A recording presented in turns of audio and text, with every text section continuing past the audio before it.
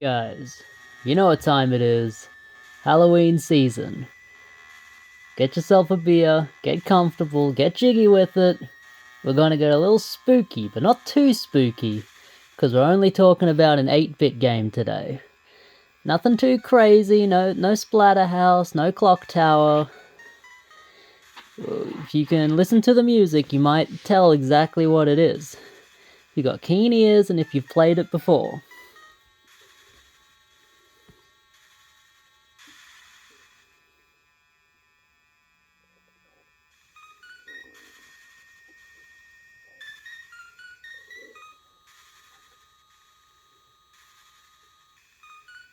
Yeah, that's right. It's Nightmare on Elm Street for the Nintendo Entertainment System.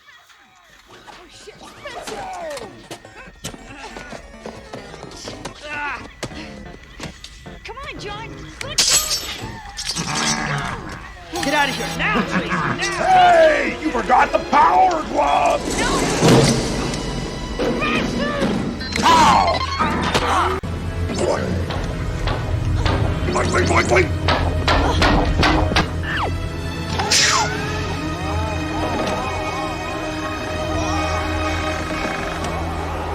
Be like me, be like me, be like me, be like me.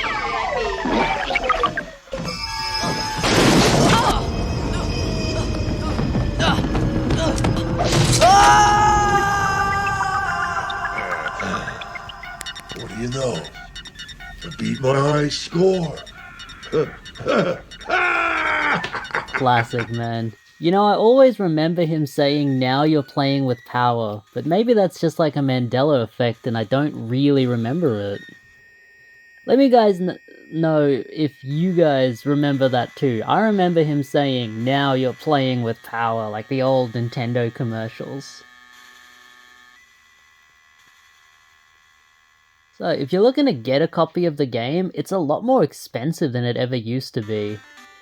Obviously, if you're trying to import it to Australia, it's very expensive, but even in its native US, it's pretty expensive, like over $50 I guess because it has that horror element to it. It's collected by both horror fans and by video gamers. This one's classic. Look at like he's not even wearing a glove. He's got like knives for fingers. That's classic. This game is really interesting that it's a 4-player game. You can actually play it 4 players on screen at once, and it's like so chaotic. I'd love to try it out someday. I've seen it played like that, and it looks really good. So this game was actually developed by Rare and published by LJN. I think a lot of people know it's published by LJN, but maybe not everyone recognizes it was made by Rare. Released in the year 1990 and mostly inspired by, I'd say, 3 and 4.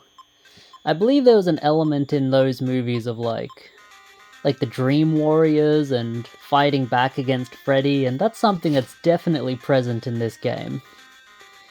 You have 2 modes of play here.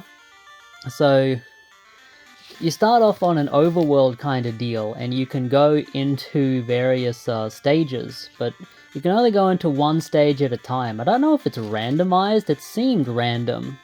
Because on gameplay that I looked up at my own playthrough, it was different.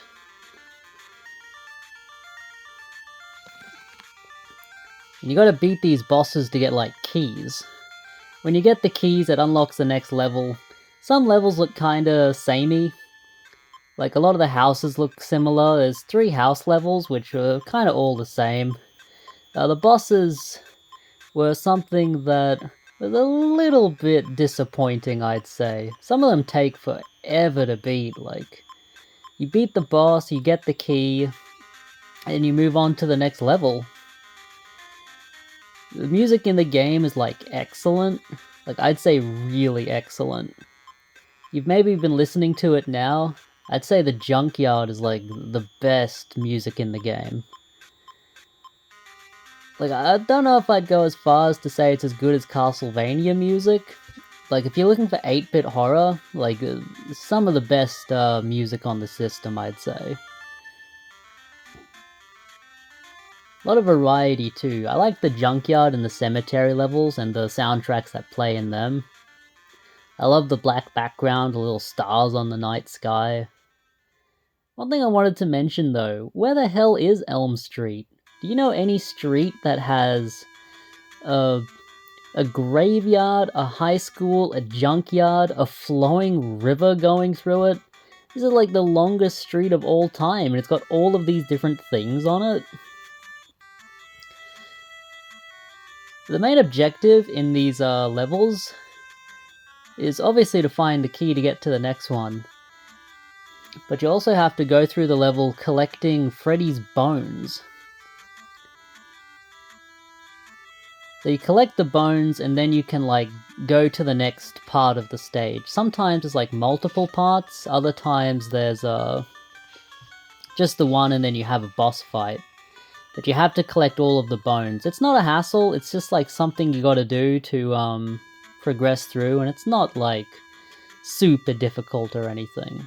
I wouldn't call any part of this game super difficult.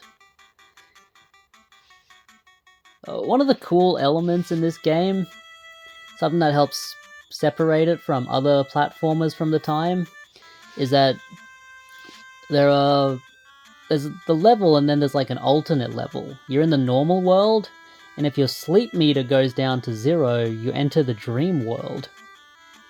And I actually preferred playing in the dream world because the enemies are tougher. There's more chance that you'll fight Freddy in like a mini-boss battle. He just takes a few hits and then he jumps off the screen. He doesn't like explode or die or anything.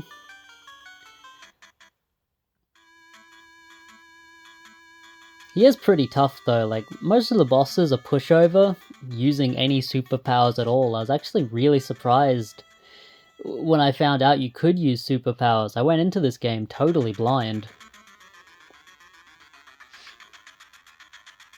You beat all the bosses, you collect all the bones. At the end of the level, you're in the incinerator, and you throw his bones in, and then he dies.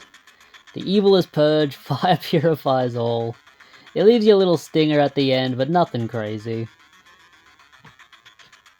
Overall, I'd say this is like a pretty fun game. Like, there's a lot to love about it. It's not like a perfect game or anything. I wouldn't put it up against the greatest games. Even like other games from 1990, I put a list here. We have Mario Bros. 3, Crystalis, Mega Man 3, Castlevania 3, Super C, Ninja Gaiden 2, like Dragon Warrior 2. 1990 was like a crazy good year. So even if you compare it to those, it's not amazing, but I'd still recommend it. It's pretty fun. Like, if you're just looking for like a... It's not super easy, there is challenge to it, but it is very fair. You take, I think 5 hits. The thing you see in the top corner isn't actually a health bar next to your lives counter. That's like a sleep meter. And when the sleep meter gets to the bottom, that's when you enter the sleep world. I've preferred playing the game in the sleep world though. The graphics are a bit creepier, the enemies are a bit creepier. One thing I'll say, the enemies are a little bit generic. You got like rats, dogs. Not many things that I'd think of Nightmare on Elm Street. Although Freddy's here, you know, you got bosses that modeled after Freddy. One thing I did like was like the zombies, because I thought they were like sleepwalkers. I thought that was kind of an inspired enemy. Other than that, it's like dogs, bats, snakes, rats, like Maybe they could have tried a little harder to put in a variety of enemies, but I don't know what else they could have put in. Like, Freddy's there, all the bosses are modeled after Freddy in some way. Like, you fight his face, you fight his glove.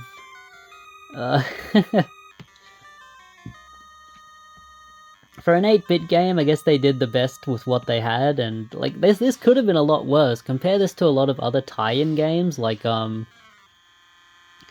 compare this to something like Bill and Ted's Excellent Adventure. Like, this game's like a 10 out of 10 compared to Bill and Ted.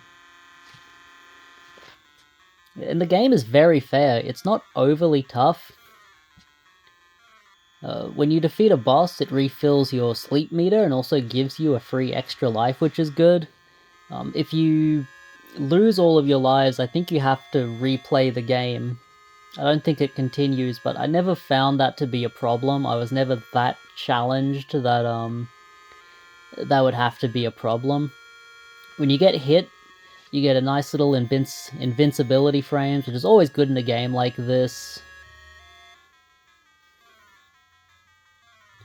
One thing I'll say, the game wants to be played quickly. That's why it has the sleep meter, and it punishes slow gameplay or people taking too much time by putting you into the sleep world. But even then, I didn't consider it to be too much of a challenge. Like, people talk about NES hard, but I'm pretty confident most gamers could beat this on 1 or 2 playthroughs.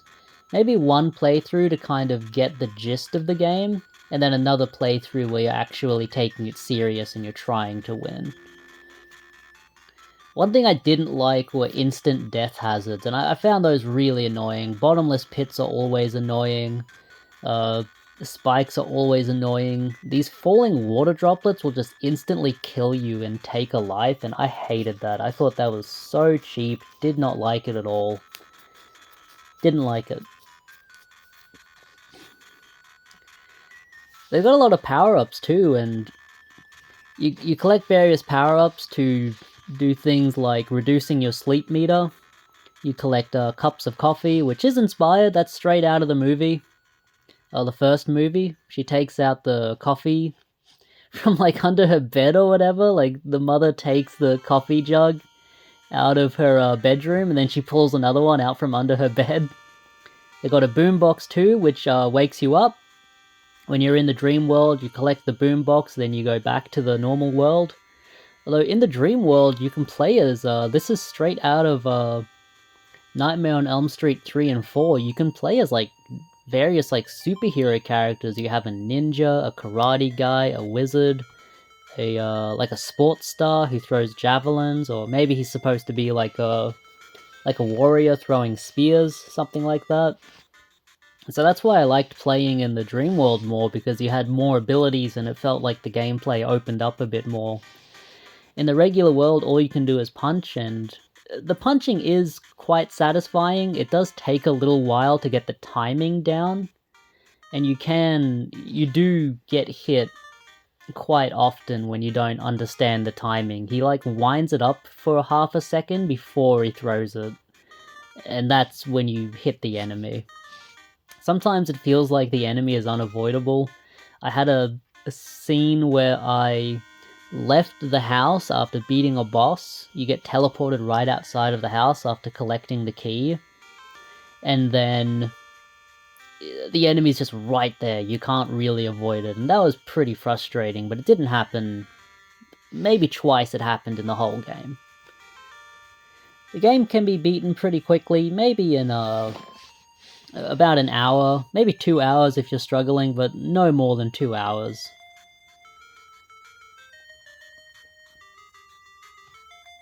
I do quite like the Freddy's Coming, and it has a Freddy trademark.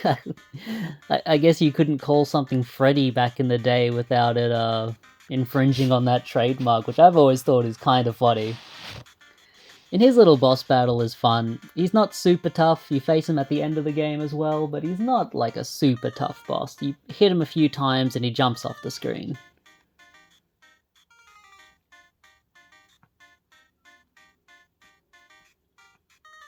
But overall, I think it's a pretty good game. Good variety, good gameplay. It doesn't get boring because of the dream cycle. You know, if you get bored playing the regular mode, or if it's a little too frustrating, you just let the dream meter go down and then you can play in a different mode. It's really fun. I enjoyed the bosses. The bosses are a little bit uninspired, and most of them are kind of the same. Like, there'll be like something on a chain that swings at you and releases little enemies, or something that just mindlessly flies around the screen. That's one thing I'll say. There's not a lot of like advanced stuff going on with these enemies. They have a very set pattern and they're just doing things. It doesn't feel like they're actually trying to like harm you or anything. But I do recommend it. I think if you're looking for like a Halloween game to play on the NES, or even if you've got like little kids and they're interested in playing something a little spooky, this is a good one. I don't think it's super scary. Maybe the title screen is pretty scary. I think some of the end bosses would be a little scary for a younger gamer, but I definitely recommend this one. You can do a lot worse on the NES, and I think this is a really fun one to play. That's the main takeaway I had when I was playing this. It was fun, and I wanted to get to the end of the game. Alright, thank you guys for watching. The Secret of My House bidding you farewell. I hope you enjoyed it. I really enjoyed making this one. My next review is going to be for Phantasy Star on the Master System, but I need to finish that first. And once I've finished it, I'll get started on the review. Thank you guys, and I hope you have a great one.